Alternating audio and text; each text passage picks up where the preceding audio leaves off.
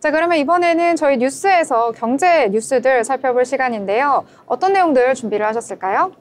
네, 오늘 제가 준비한 소식은 총 4가지인데요. 일단 첫 번째 소식부터 보겠습니다. 크리스틴 라가드 유럽중앙은행 총재가 달러와 신뢰의 약화 속에서 유럽이 유로화를 글로벌 기축통화로 부상시킬 기회를 맞았다고 강조했습니다. 도널드 트럼프 미국 행정부는 불확실한 대외 정책이 글로벌 통화 질서를 흔드는 가운데 유럽이 전략적 주도권을 확보해야 한다는 주장이 나옵니다. 라가드 총재는 현지 시간 26일 독일 베를린 한 정책 연설에서 지금 우리가 마주한 변화는 글로벌 유로화 시대를 여는 분기점이 될 수 있다며 유럽의 운명을 더 강력하게 이끌어갈 절호의 기회라고 강조했습니다. 그는 이 기회는 결코 저절로 주어지지 않는다며 유로화 위상을 높이기 위한 주도적 행동이 필요하다고 덧붙였습니다. 현재 달러화는 국제 외환 보유액 기준 점유율 58%로 1994년 이후 최저치를 기록하고 있습니다. 반면 유로화 점유율은 20% 안팎에서 정체됐습니다. 라가드 총재는 이 같은 상황을 반전시킬 3가지 전략축으로 개방 무역에 대한 지속적 의지, 완전한 단일 시장 구축 및 규제 개혁, 독립적 통화 정책 등을 제시했습니다. 그는 유럽 차원의 방위비 공동 조달 확대 필요성도 언급하며 신뢰할 수 있는 안보 체계 없이 글로벌 통화 지위는 유지될 수 없다고 지적했습니다. 다음 소식입니다. 중국이 제조업 육성체인 중국제조 2025의 차기 버전을 준비 중인 것으로 알려졌습니다. 이른바 중국제조 2035로 볼 수 있는 새 국가 전략에선 특히 반도체와 휴머노이드 로봇에 초점을 맞출 계획입니다. 도널드 트럼프 미국 행정부가 제조업 부활의 사활을 건 가운데 미중 간 제조업 패권 경쟁이 치열해질 전망입니다. 중국제조 2025는 중국 정부가 2015년 발표한 제조업 육성책으로 시진핑 중국 국가주석이 주도한 프로젝트입니다. 중국이 단순히 세계 공장에 그치지 않고 고부가가치 제품과 서비스를 생산하는 전략기지로 탈바꿈하는 게 핵심이었습니다. 이를 위해 총 10대 산업 육성 계획을 밝혔습니다. 당시 핵심 기술 부품과 기초 소재 지급률 목표는 70%였습니다. 이를 두고 중국 밖에선 숫자에 집착한 무리한 목표인데다 지방정부의 과잉 지출이 볼보듯 뻔하다는 비판이 많았습니다. 하지만 중국은 공격적인 보조금 투입과 인재 영입, 기술 자립, 연구 개발로 가시적인 성과를 내는 데 성공했습니다.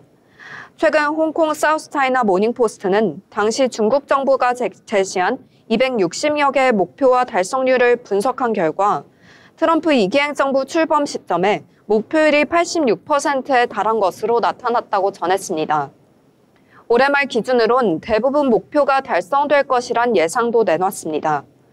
하지만 반도체, 신소재 등 최첨단 기술 분야에선 여전히 미국 등 선진국에 뒤지고 있는 게 중국의 현실입니다. 게다가 미국이 중국의 반도체 굴기를 막기 위해 반도체 수출 통제 카드를 수시로 꺼내들고 있습니다. 중국이 중국제조 2025 후속편을 만드는 이유입니다.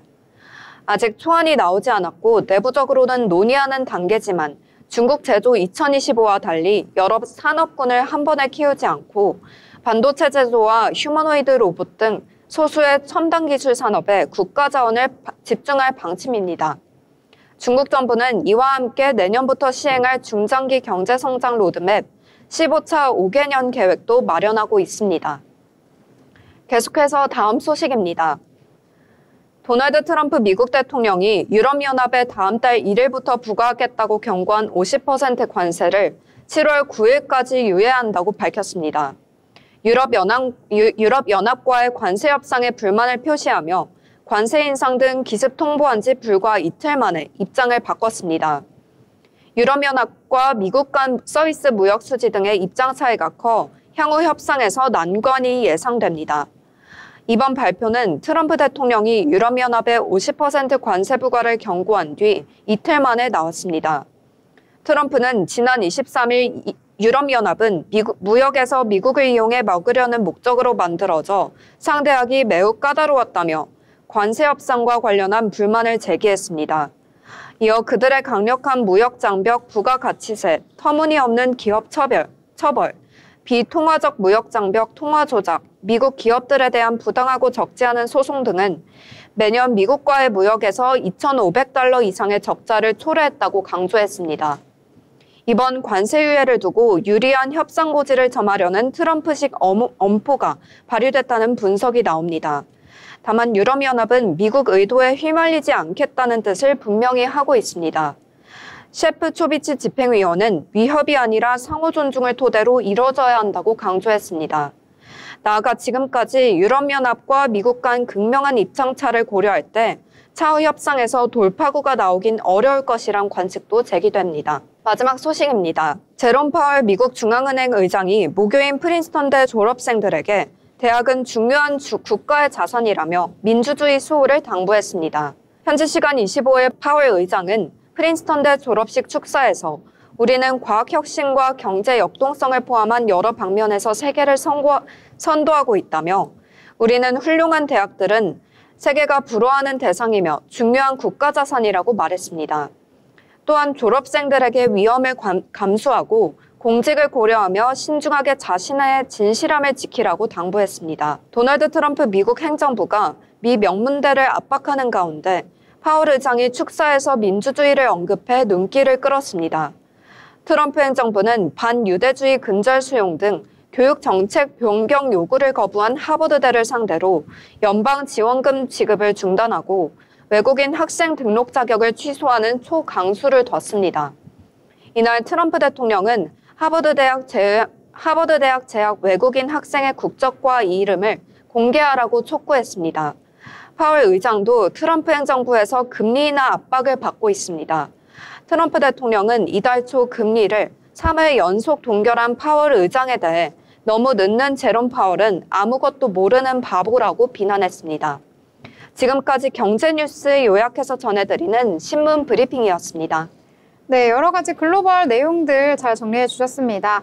자, 일단 트럼프 대통령 같은 경우에는 EU와 밀당을 하려는 모습 나타나고 있습니다. 관세 50% 부과하기로 했다가 잠시 유예를 하면서 기존 10%만 부과하기로 결정된 모습 나올 수가 있었고요.